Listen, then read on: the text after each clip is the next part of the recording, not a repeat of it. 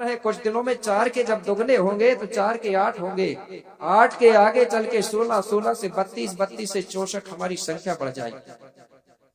जब हमारी संख्या बढ़ जाएगी तो टीला हमारे लिए छोटा हो जाएगा। इसलिए अभी समय है बेटा कि हमको और दूसरी जगह ढूंढना पड़ेगा। तो बोले पिताजी क्या करें? कुछ नहीं बोले, तुम दोनों भाई बहन बोले दोनों बेटा बेटी ये जो जल भरा है जल में जाके पता करो, भ्रमण करो, हो सकता है कहीं दूर और टीला होंगे। अगर कहीं टीला मिलते हैं तो तुम जल्दी से आकर के यहाँ खबर बताना, हम अपना डेरा उस टीला में भी डाल लेंगे। इस प्रकार से वो माता पिता कहते हैं। तो दोनों बेटा बेटी कहने लगे, बोले हम जाने के लिए तैयार हैं, लेकिन ये पानी में हम चलेंगे कैसे? अगर हम पानी में चलेंगे तो पानी में डूब जाएंगे। तो बोले बेटा चिंता मत करो, जब जब भी हमको गोंडों को कोई समस्या होती है तो हमारी जो जीवापेन शक्ति है वो हमको साथ देती है। जीवापेन समझते हैं? जीवापेन मतलब होता है हमारा जो जीव होता है, देवता होता है, हर गोत्रों होता है कि नहीं होता? जैसे यहाँ कुमरे जी है कि नहीं? हाथ उठाना, कौन है कुमरे? कुमरे कुमरे, अरे नाम आया कुमरे। कुमरे लोग बकरी को खाते हैं कि नहीं खाते? क्यों नहीं खाते? वही तुम्हारा जीवा पेन, इसलिए नहीं खाते, ठीक है ना?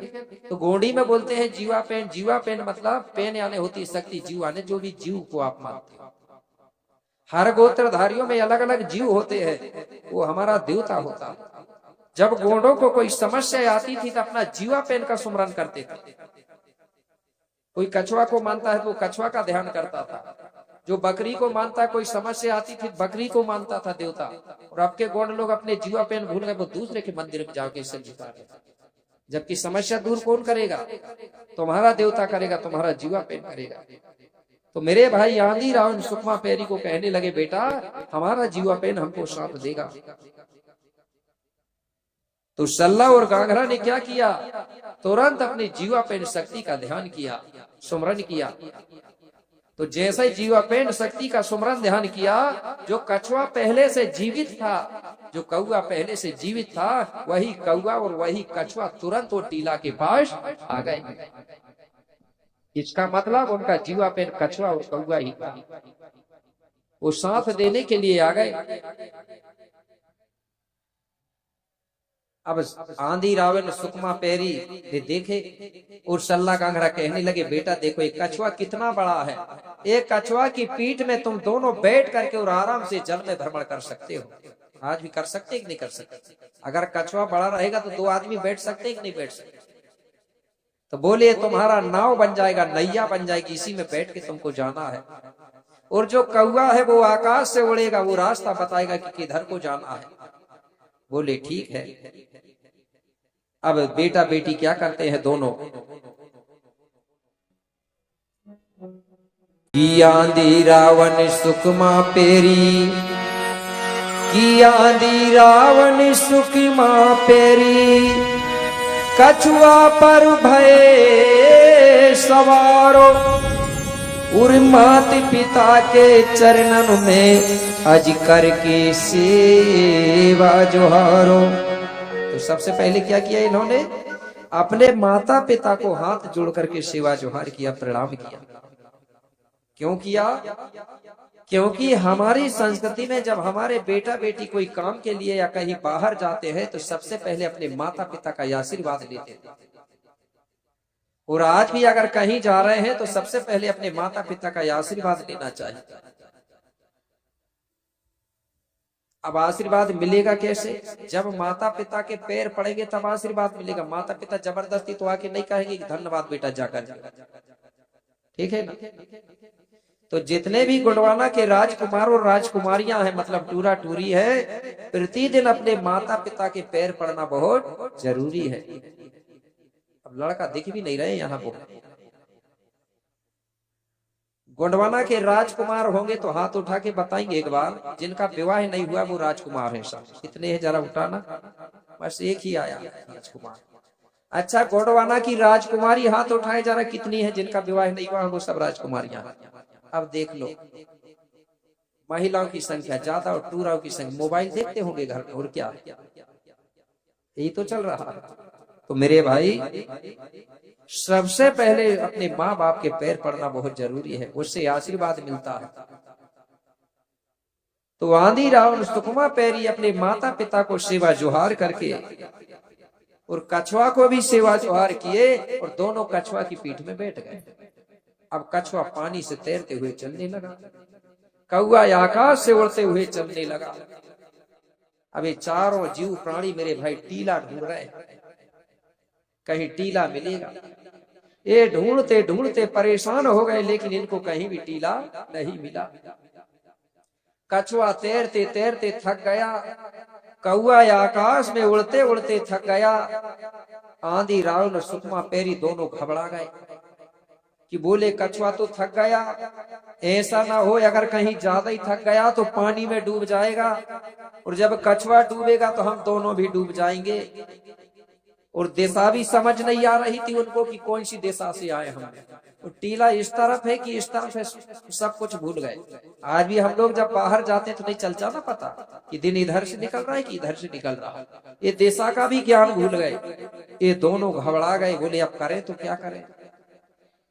ये आंधी रावण सुकमा पैरी बड़ादेव से प्रार्थना कर रहे हैं प्रकृति से, हे बड़ादेव प्रकृति शक्ति, हमारा जो कछुआ रूपी नाव है, हमारी जो कछुआ रूपी नैया है, उसको ऐसी ताकत देना, ऐसी शक्ति देना कि जो कछुआ कम से कम हमको जिस टीला से लेके आया है वो टीला पहुंचा सके।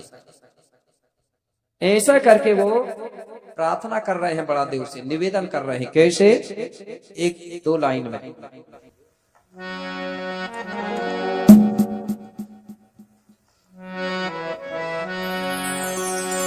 वो क्या बोले बड़ादेव से प्रार्थना करते हुए, हे परम शक्ति देवा, हे परम शक्ति देवा, करो सेवा बारो बारो, बिगड़ी मेरी बना दे, नैया लगा दे पारो। हे परम शक्ति देवा, करो सेवा बारो बारो, बिगड़ी मेरी बना दे, नैया लगा दे पारो।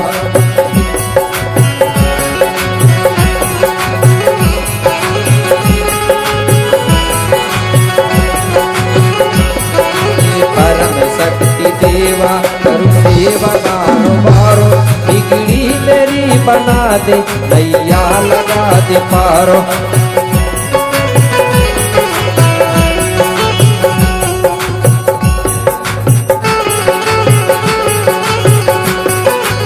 बेंजू कम करो ना थोड़ी, क्योंकि हारमोनियम का आवाज बिल्कुल नहीं आ रही मुझे, सिर्फ बेंजू भर कर रही है, बेंजू को भर गिराना।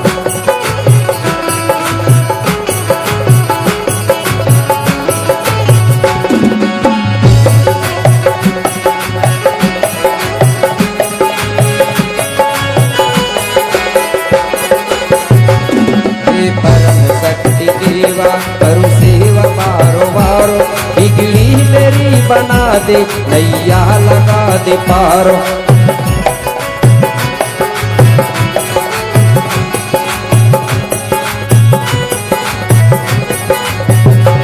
बिगड़ी मेरी बना दे, नैया लगा दे पारो, बिगड़ी मेरी बना दे, नैया लगा दे पारो।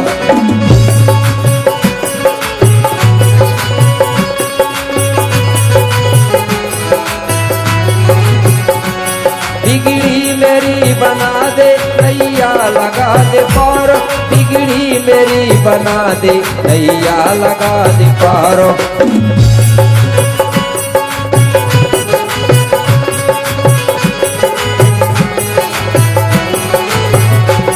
हे परम शक्ति देवा, हे परम शक्ति देवा, करो सेवा बारो बारो, बिगड़ी मेरी बना दे, नैया लगा दे पारो।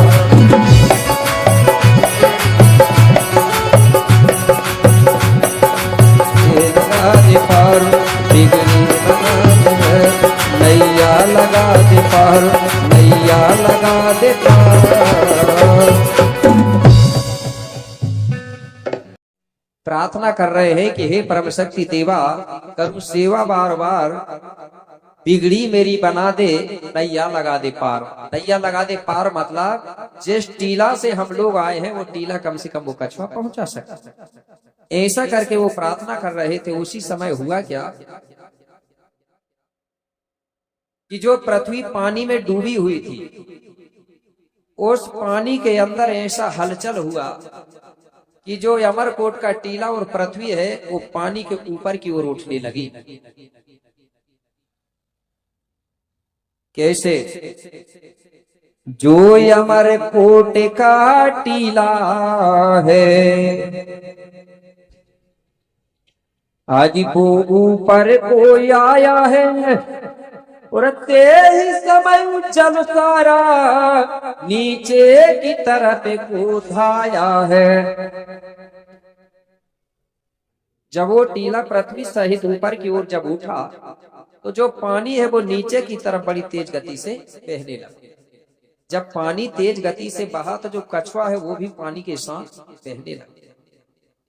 और आंधी राउंड सुकमा पैरी पीठ में बैठे थे वो भी कछुआ के साथ। जिस तरफ को कछुआ बहते हुए जा रहा था उसी तरफ को कौवा भी उड़ते हुए चला। इस प्रकार से कछुआ बहते बहते बड़ी दूर पहुंचा। पानी इतनी तेज गति से बहा कि पानी के बहाव से बड़ी बड़ी नदी और समुद्रों का निर्माण हो गया। तो जो नदी और समुद्र है उनको किसी ने बनाया नहीं है, वो पानी के बहाव से अपने आप बने। तो बड़ी बड़ी नदी और समुद्रों का निर्माण हो गया। और जो कछुआ है वो नदी और समुद्र जब निर्माण हुआ तो उससे पानी बहने लगा, और जो धरती है वो ऊपर आ गई, मतलब समतल जमीन हो गई। वहीं पर कछुआ रुक गया। जहां पर कछुआ रुका वहीं पर कौवा भी रुक गया। इस प्रकार से चारों जीव प्राणी वहां रुक गए। और धरती दाई जो है वो जल के ऊपर आ गई और पानी नीचे चला गया।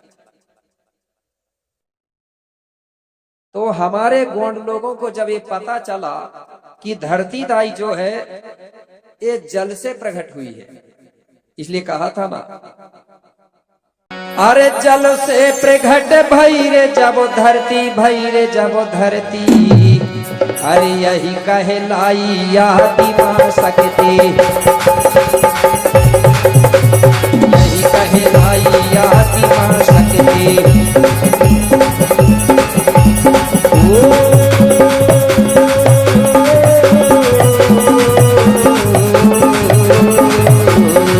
जल से प्रकट भई रे जब धरती,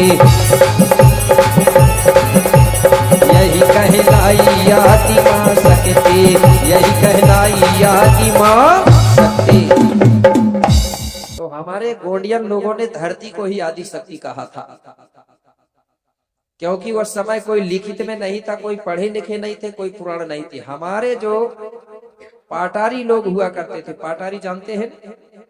पाटारी जानते हैं? पाटाली जो किंगड़ी बजाते थे, जिनको आज प्रधान बोला जाता है, ये लोग किंगड़ी बजा बजा के हमारे गोंड लोगों को किस्सा कहानी के रूप में यही कहानी सुनाया करते।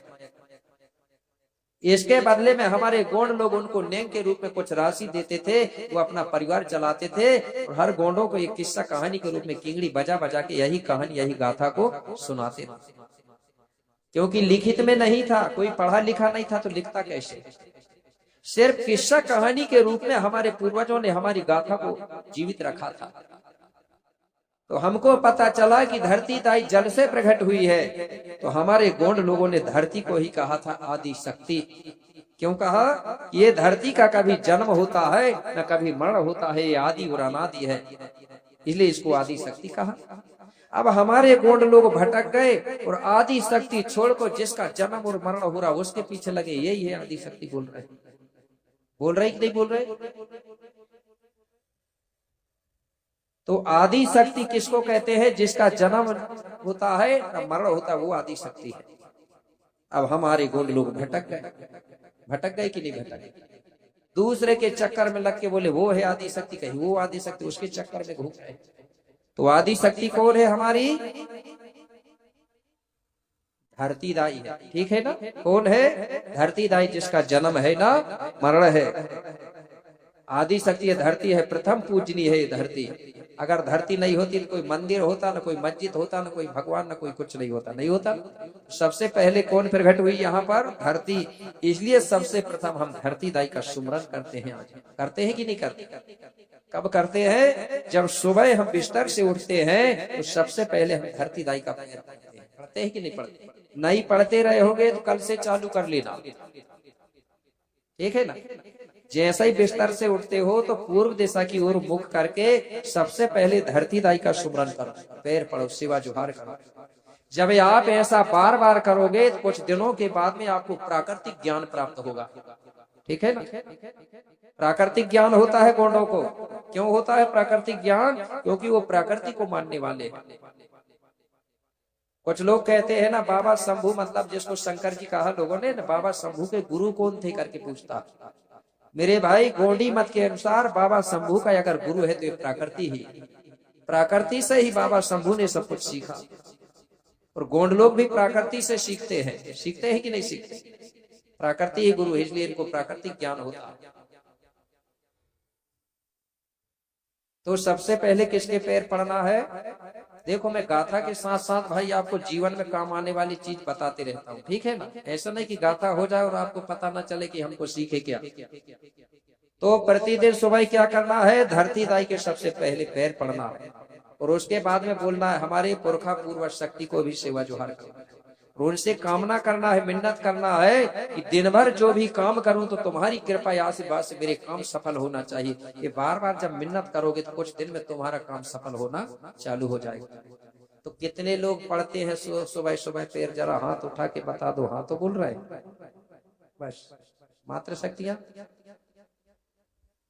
पूरा गड़बड़ है। आगे आगे पाठ, पीछे से सपाट। 9 साल में भी गुरुजी ने पूछे तो 16 दूनी 8 होगा, ठीक है। आखिरी बार आया हूं मैं, सबसे छोटा धर्माचार्य, ठीक है। आपको मालूम होगा मैं सबसे जूनियर वाला आदमी था, सब बड़े बड़े लोग, ठीक है। लेकिन सबसे छोटा हूँ, बाद में ही आया हूँ भाई। छोटा तो बाद ही में आएगा ना, ठीक। लेकिन मैं बता रहा हूँ, अगर मेरे बताए अनुसार आपने उस रास्ते पे नहीं चल पाए और उस नियम को नहीं पाले तो मेरे बाद में फिर कोई भी आएगा तो आप सुधर नहीं पाएंगे, ठीक है। आखिरी नंबर है, आखिरी नंबर है, इसलिए कल से ही चालू कर दो। प्रतिदिन उठने के बाद तुरंत मतलब हमको धरती दाई के पैर पड़ना है। अगर ऐसा करोगे तो 6 महीने और साल भर में देखना है आपका दिमाग सही काम करेगा, क्योंकि प्रकृति का पावर मिलेगा आपको। और मैं एक ही समाज की बात नहीं करता, चाहे कोई भी समाज हो, मेरे नियमों जो मैं बता रहा हूँ उसका पालन करेगा तो सबको फायदा मिलता है। आप विश्वास नहीं करोगे, मैं जब पुणे में दीक्षा देता हूँ दूसरे समाज के तक दीक्षा लिए, कई साहू लोग जुड़े हैं, कई ने लिए, मेरे पास लिखित में रखा है पूरा सबका नाम, ठीक है। और सबको फायदा होता है ऐसा। तो कल से सभी क्या करेंगे? पैर पड़ना चालू करेंगे धरती, ठीक है। आज भी कोई काम जब गोंड करते हैं तो सबसे पहले धरती की पूजा होती है। मकान बनाओगे तो सबसे पहले धरती का सुमरन होगा, होगा कि नहीं होगा? खेती किसानी जब चालू करोगे तो धरती का सुमरन होगा। अरे तुम्हारे घर में कोई बेटा या बेटी दूल्हा दुल्हन भी बनेगा तो सबसे पहले धरती का पूजा होगा, होगा कि नहीं? माटी लाते कि नहीं लाते? जवारे भी बोगे तो धरती की पूजा होगी, सबसे पहले धरती की पूजा होगी। और वो भी किसके माध्यम से? भूमिका बेगांव के माध्यम से। भूमिका समझते हैं ना, हमारे जो गुरु होते, भूमिका की जाति नहीं होती, याद रखना। भूमिका एससी भी बन सकता है, ओबीसी भी बन सकता, कोई भी बन सकता है, इसमें भेद नहीं होता। ब्राह्मण की होती है जाति। और आज भी मैं बता रहा हूँ, चाहे हरिजन हो, चाहे पिछड़ा वर्ग, चाहे आदिवासी, कोई ब्राह्मण नहीं बन पाया आज। 4 वेद पढ़ ले, 18 5 6 7 9 ग्रंथ पढ़ ले, कितना ही तीर्थ घूम ले, कितना ही उपवास रख ले, लेकिन कभी भी उसको ब्राह्मण की पदवी प्राप्त नहीं होगी, क्योंकि उस धर्म में जाति को महत्व दिया गया। कोई एससी एसटी ओबीसी बने होंगे ब्राह्मण तो बता दो, हाथ उठा। और गोंडी धर्म में जाति को महत्व नहीं दिया जाता, कर्म को महत्व दिया जाता है। कोई भी भूमिका बन सकता है, कोई भी बेगा बन सकता है। अपने मध्य प्रदेश में भूमिका बोलते हैं, छत्तीसगढ़ में भूमिकाओं को बेगा बोलते हैं, बात वही है, ठीक है ना? हाँ। तो भूमिका बेगा के माध्यम से पूजा होती है हमारी संस्कृति में। तो जब माटी लाने जाते हैं ना, चाहे दूल्हा दुल्हन के लिए लाओ मगर माटी, चाहे जवारे बोने के लिए लाओ, कौन जाता है माटी लाने? ब्राह्मण जाता है क्या, बताइए? कौन जाता है? भूमिका जाता है। तो भूमिका मंत्र पढ़ता है, ओ मावा तोरी ते सिरजे जीवा जाई, कंच मंच सृष्टि सिंगार नारुंगे माई नरु खंड धरती, अरु खंड प्रति करके सुमरता। रोज के साथ में भी हमारे भैया लोग जाते हैं। अब भूमिका ने तो मंत्र से सुमरन कर दिया, अब जो साथ में गए वो कैसे सुमरन करेंगे, उनको मंत्र ही नहीं बन रहा। तो हमारे में ऐसा नहीं है कि मंत्र बनेगा तभी सुमरन होगा, मंत्री भी नहीं बनेगा तो हम सुमरन कर सकते धरती को, कैसे करेंगे? हमारे में बंधन नहीं है कि मंत्र होगा तभी काम होगा। जिसको जिस प्रकार प्रकृति का सुमरन करते बनता वो उसी प्रकार से कर सकता। मंत्र बनता मंत्र से कर लो, गीत गा के बनता है गीत गा के कर लो, गीत गाने नहीं बनता तो नाच के कर लो। हमारे में ये सारी व्यवस्था है। और मंत्रों से भी ज्यादा पावर गीत में, गोंडों के गीतों में सबसे ज्यादा पावर, मंत्र से भी ज्यादा। तो मंत्र पढ़ोगे तो किसी को भी देवता सवार जल्दी नहीं होगा, और कहीं गीत गा दोगे तो देवता जल्दी सवार होता है कि नहीं होता? नाचने लगता है। अगर देवता भी सवार नहीं होगा उसका खून में वो वाइब्रेशन आ जाता है, वो खुद नाचने लगता है। और मंत्र में उतना पावर नहीं होता जितना गीत में। तो भैया लोग जब साथ में जाते हैं तो सामूहिक रूप में प्रकृति के गीत गाते जाते हैं, धरती का गीत गाते जाते हैं। माटी लाने जाते हैं, किसके गीत गाते हैं? धरती का।